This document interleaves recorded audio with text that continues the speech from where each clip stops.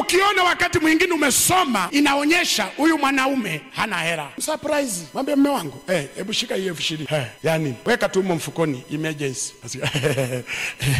Nakwambia mume wako atakusamehe dhambi zako zote. Hivi mnafikiri sisi wanaume hatufurahi kupewa? Ukipewa na mke wako na wewe unajisikia furaha. Tunaposema mwanaume hapaswi kulelewa, hatumaanishi hapaswi kupewa support. Tutakuwa waongo, kwa sababu Biblia inasema nitakufanyia msaidizi. Anaposema msaidizi, sio msaidizi wa kula hela ulizotafuta, ni msaidizi pia wa kutafuta hela. Mimi nikitafuta 200, yeye atafute 150. Lakini siku hizi mama akiwa na 300, baba ukawa na 200, hiyo familia ina 200, haina 500, kwa sababu pesa za mama hazijawahi kuhesabiwa sehemu ya familia. Hao viumbe sijui wakoje, wale wa mikoani kule, pesa yao ya kwao, ya baba, ya familia, akiwemo na yeye. Sehemu zingine wanawake hawana huruma. Pamoja na pesa yako uliyopata kwa kutwanga matofali, anataka yote. Mshahara wako ambao anajua kabisa una mke una watoto, anataka mshahara wote. Wakati mwingine niliwaambia wale wa mama wa mikoani kule, anaweza akakuomba hela jioni, ukamwambia sina, ukalala. Asubuhi saa 11 anasema kwa hiyo siwezi kupata hela ya nani? Yani jioni ulimwambia sina,